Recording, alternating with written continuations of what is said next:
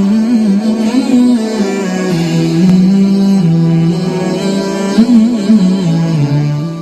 واقعہ ہے حضرت فاطمہ سے شادی کا۔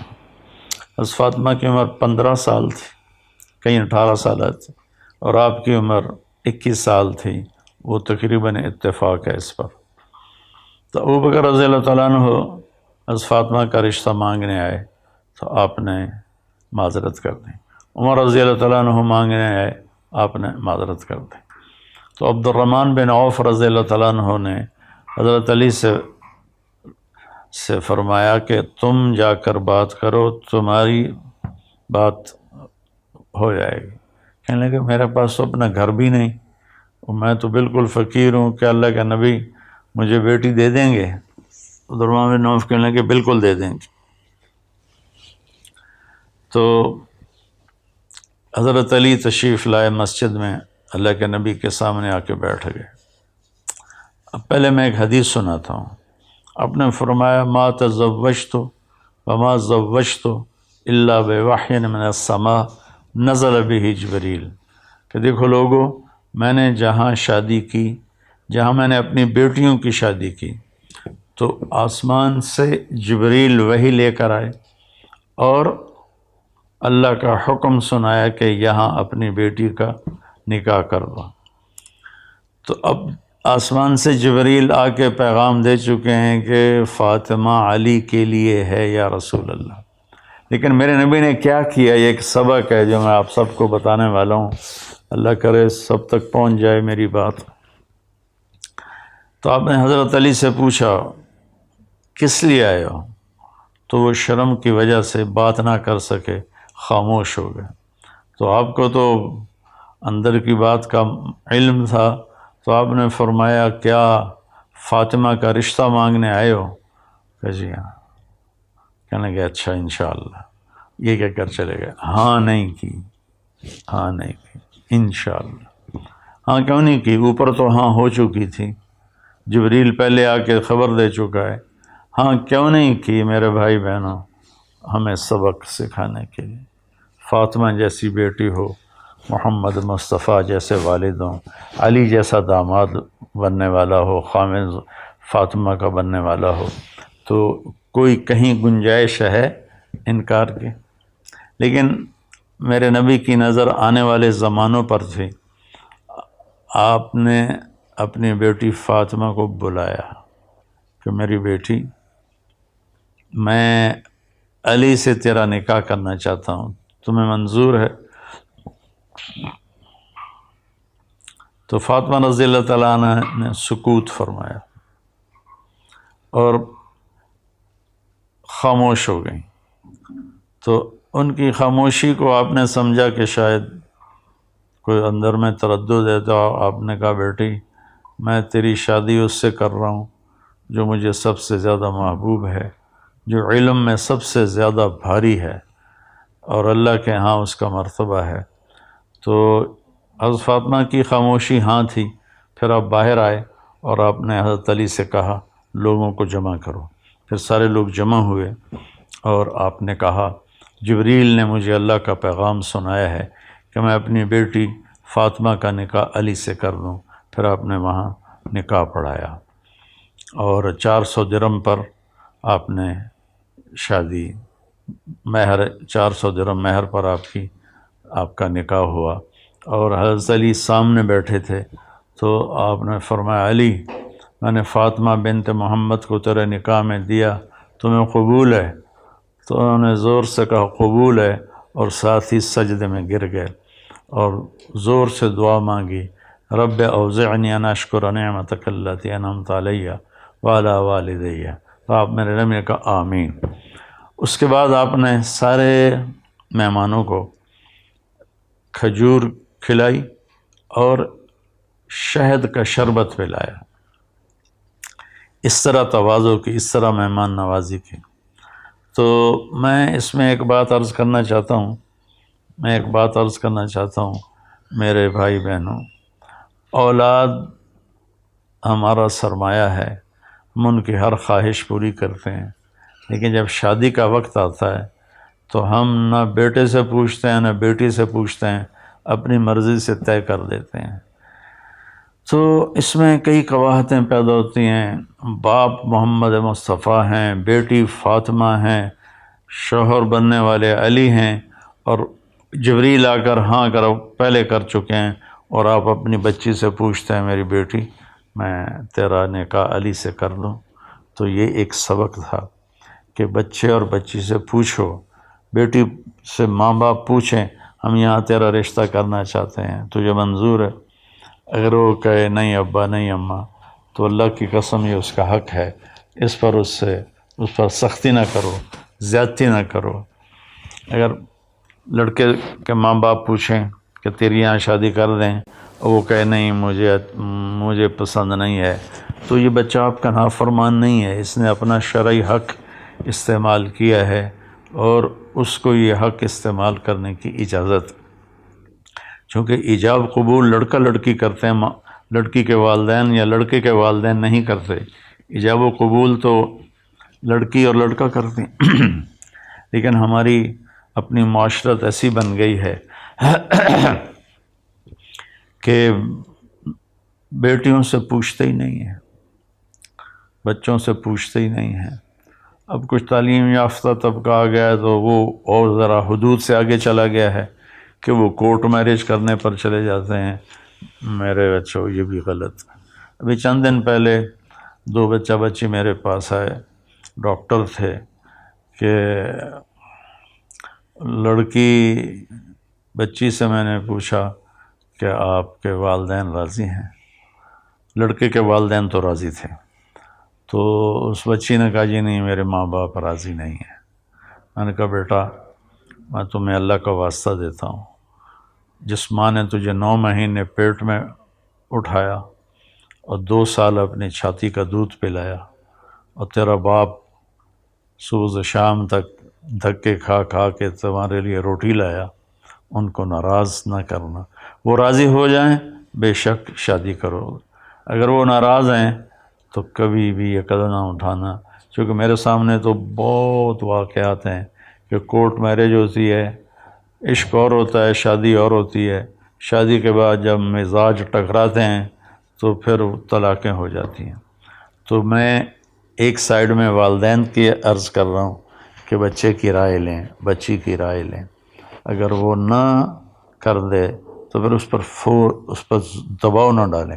ہاں اگر آپ چاہتے ہیں کہ یہیں کرنی تو سمجھائیں، پیار محبت سے سمجھائیں، سمجھ گئی بہت اچھی بات، پھر بھی انکار کرے تو میں آپ کو اللہ کے نبی کا واسطہ دیتا ہوں، ان کی بیٹی فاطمہ کا واسطہ دیتا ہوں، ان کے داماد علی کا واسطہ دیتا ہوں، جن پر یہ واقعہ ہوا۔ آپ نے کہا بیٹی فاطمہ علی کا ساتھ تیرا نکاح کر دو، جبکہ اوپر سے جبریل اللہ کا پیغام بھی لے کر آئے ہوئے ہیں۔ میں چونکہ میری اصل تو دیہات ہے، ہمارے دیہاتوں میں یہ ظلم بے انتہا ہے، بے انتہا ہے، نہیں دیکھتے کہ جوڑ ہے یا نہیں ہے، آپس میں بننے کے چانسز ہیں یا نہیں ہیں، وہ بس ٹھوک دیتے ہیں، اور ساری زندگی پھر وہ آگے طلاق بڑا مسئلہ بن جاتا ہے، تو وہ لڑکا بھی مصیبت میں اور لڑکی بھی مصیبت میں، کہ بیچاری طلاق یافتہ کو تو کوئی پوچھتا ہی نہیں ہے۔ میرے نبی نے فرمایا تمہیں سب سے بڑا صدقہ بتاؤں؟ تو صحابہ نے عرض کی یا رسول اللہ کیا ہے؟ تو فرمایا الابنۃ المردودہ، وہ بچی جس کو طلاق ہو گئی اور وہ لوٹ کے اپنے ماں باپ کے گھر آ گئی، اس پہ خرچ کرنا سب سے بڑا صدقہ ہے، اس پہ خرچ کرنا سب سے بڑا صدقہ ہے۔ تو پھر ہمارے ہاں طلاق بھی مشکل ہے، طلاق کے بعد شادی ہونا بڑا مشکل ہے، پہلے سے تھوڑا یہ رائے لے لی جائے، تو اس میں میرے نبی نے ہمیں کر کے دکھایا، آپ نے رائے لی اور پھر آپ نے نکاح پڑھایا۔ اور بچوں سے یہ کہتا ہوں کہ اللہ کے واسطے کورٹ میرج تک مت جاؤ، جس ماں نے تمہیں پال پوس کے پروان چڑھایا، جس باپ نے تمہارے لیے اپنی ہڈیوں کا گودا بھی نکال کے رکھ دیا، تم ان کو بالکل ہی ایک سائڈ پہ کر کے کہو ہم نے کورٹ میرج کرنی ہے تو ٹھیک ہے، شرعاً ہو جائے گی، لیکن اس میں برکت کبھی نہیں آئے گی، اس میں محبتیں کبھی نہیں پیدا ہوں گی۔ تو میرے نبی نے یہ سارا کام کر کے ہمیں عملاً دکھایا جبریل کے آنے کے بعد بھی۔ پھر اپنے بڑے اہتمام سے شادی کی، یہ نہیں کہ بس مسجد میں نکاح پڑھا کے علی کے ہاتھ میں دے دیا ہو۔ اپنے چند دن پہلے مجھے روایت ملی کہ حضرت فاطمہ کے دو کھانے ہوئے، ایک ولیمے کا، ایک یا اس موقع پر نکاح کے موقع پر یا رخصتی کے موقع پر آپ نے خود ایک دمبا ذبح کر کے اس کا کھانا بنایا، اس کا سویٹ ڈش ایک بنائی اور سب کو کھلائی۔ اور پھر حضرت علی رضی اللہ تعالیٰ عنہ کو لے کر اندر گئے اور حضرت فاطمہ کا ہاتھ پکڑ کے علی کے ہاتھ میں دیا، یوں کہا علی تمہیں نبی کی بیٹی مبارک، سبحان اللہ، علی تمہیں نبی کی بیٹی مبارک۔ پھر آپ نے فرمایا میری بیٹی، مجھے جو سب سے زیادہ محبوب تھا اور سب سے زیادہ پسند تھا، میں نے اس کے ہاتھ میں تیرا ہاتھ دیا ہے۔ پھر شادی کے بعد آپ نے حضرت علی سے فرمایا ولیمہ کرو، کہ یا رسول اللہ میرے پاس تو کچھ بھی نہیں۔ سعد بن ابی وقاص نے کہا جی میرے پاس ایک چھترا کھڑا ہے، میں وہ ذبح کرتا ہوں۔ وہ چھترا قورمہ بنایا گیا، اس میں چھوارے ڈالے گئے، تازہ روٹی جو کی بنائی گئی، انگور رکھے گئے۔ حضرت انس فرماتے ہیں کہ حضرت فاطمہ جیسا ولیمہ ہم نے مدینے میں کبھی نہیں کھایا، اور سب کو کھلایا، جتنے سب کو اجازت تھی آؤ اور کھاؤ۔ وہ نبی کے ہاتھ کی برکت تھی کہ اس مدینے والے کھا پی کے چلے بھی گئے اور دیگ ویسے ہی بھری پڑی تھی۔ تو اس میں ایک سبق تھا، اس لیے میں نے اس کو تھوڑا تفصیل سے بیان کیا کہ ہماری شادیوں میں بہت آگے پیچھے ہو رہا ہے۔ دیکھو بچوں ہمارا culture girl friend boy friend نہیں ہے۔ اللہ کے واسطے اپنی عزت کو بچاؤ، اس سے بہتر کسی مرد عورت کی کوئی چیز نہیں ہے۔ اللہ کے واسطے اپنی عزت و غیرت کو بچاؤ۔ گرل فرینڈ بوائے فرینڈ یہ کلچر میں یورپ، امریکہ، کینیڈا، آسٹریلیا، ساؤتھ افریقہ کئی دفعہ گیا ہوں اور ساری دنیا 6 بر اعظم پھرا ہوں۔ اس گرل فرینڈ بوائے فرینڈ کے کلچر نے سارے خاندانی سسٹم کو توڑ کے رکھ دیا ہے اور سارا خاندانی نظام تباہ و برباد ہو گیا ہے۔ یہ بھی نہیں کرنا ہے، شادی کرنی ہے، زنا نہیں کرنا ہے، فحاشی نہیں کرنی ہے۔ اور شادی کے بعد بچی اگر یہ کہے کہ میں نے الگ رہنا ہے آپ کے ماں باپ سے، اور ماں باپ صاحب حیثیت ہوں تو ان کے ذمے ہے ان دونوں کو الگ ٹھہرائیں۔ 2 زندگیاں شروع ہونے والی ہیں، جب اس کے اندر ساس آ جاتی ہے، سسر آ جاتا ہے، دیور آ جاتا ہے، بھابھی آ جاتی ہے، نند آ جاتی ہے، تو ایک بڑا عجیب سا ماحول بن جاتا ہے۔ جوائنٹ فیملی سسٹم اچھا ہے اگر اس میں ایک دوسرے سے محبت ہو اور ایک دوسرے کے حقوق کا خیال ہو۔ اگر یہ ایک دوسرے کی غلطیاں پکڑنے کا کام ہو جو کہ ہو رہا ہے تو پھر یہ بڑی مصیبت ہے، یہ جوائنٹ فیملی سسٹم۔ اللہ نے لڑکی کو یہ حق دیا ہے کہ اپنے خامن سے کہے کہ مجھے الگ گھر لے کر دو۔ اگر وہ اس قابل نہیں ہے تو پھر اسی گھر میں کم از کم وہ اس کو ایک کمرہ، ایک ٹوائلٹ اور ایک کچن الگ ضرور دے، ایک پورشن۔ اگر اس کی بھی ہمت نہ ہو تو میں پھر کہا کرتا ہوں کہ پھر اللہ کے واسطے کسی کی بچی کی زندگی برباد نہ کرو کہ اس کے لیے رہنے کے لیے کمرہ ہی نہ ہو۔ تو شادی کے عنوان پر یہ بدعنوانیاں ہم میں ہوتی ہیں۔ اہتمام بھی ہے، اللہ کے نبی نے 2 ولیمے کروائے، تو ایسے شادی کرنا کہ کسی کو پتہ ہی نہ ہو، یہ بھی ٹھیک نہیں۔ ہمارے بعض دیندار لوگ اس میں بہت سختی کرتے ہیں۔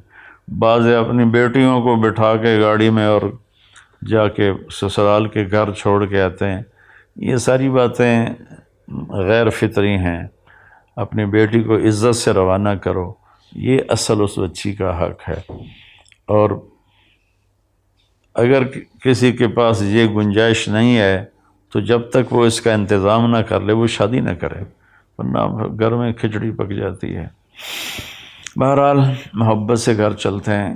حضرت فاطمہ کی شادی اور یہ اس لیے سنا دی کہ اس میں یہ ایک سبق تھا جو مجھے آپ کے سامنے پیش کرنا تھا، کہہ بھی رہا ہوں، کہتا بھی رہتا ہوں، اور بہت شکر ہے اللہ کا لوگوں نے اس بات کو لیا ہے۔